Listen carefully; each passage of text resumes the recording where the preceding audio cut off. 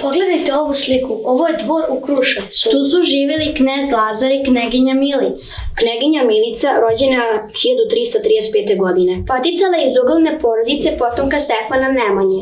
Njen otac bio je knez Vratko Nemanjić, potomak Nemanjinog sina Vukana Nemanjića. I još kao devojčica učila je da čita i piše. Ali i da bude dobra, pravedna i da brine o drugima. Milica je odrasla u mudru i plemenitu ženu. A kasnije se udala za kneza Lazara.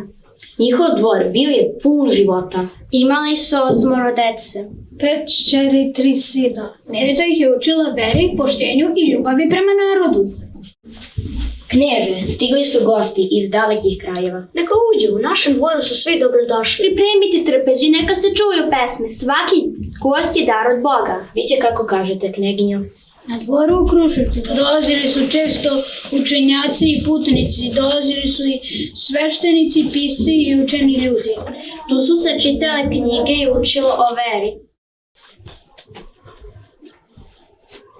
Želim da podignemo manastir gdje će narod pronaći mir i neka me podsjeća na prvi susret sa knezom Lazarom. Godina je 1388. Gde želite da gradimo, kneginja? U tihoj dolini među brdima, na levoj obali Zapadne Morave, u blizini sela Prnjavor. Kakav treba da bude? Lep ali skroman, da podsjeća ljude na veru i ljubav između Lazara i mene. I neka počiva na reč ljubavesti, mesto ljubavi. Tako je nastao manastir Ljubostinje. Ali tada došla su teška vremena, veliki sukob i Kosovska bitka. Naravno zove da branimo svoju zemlju. Znam da je pred tobom težak put. Znam, Milice, možda se više nećemo vidjeti. Ako se to desi, neka narod zna da si branio veru i pravdu. Čuvaj našu decu i naš narod. Hoću, idi hrabro. Za narod, za veru i za Srbiju. Oče naš koji si na nebesima, da se sveti ime Tvoje.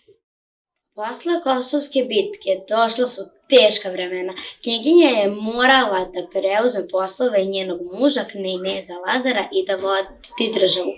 Ali kneginja Milica je ostala hrabra. Bez muža i sa maloletnim naslednikom, despotom Stefanom, bila je prva žena u diplomatiji i bila je spremna u sve izazove s Božiju pomoć. Brinula je o narodu i državi sa velikim požrtvovanjem, da sve bude u najboljem redu. Pomagala je siromašnima I čuvala veru.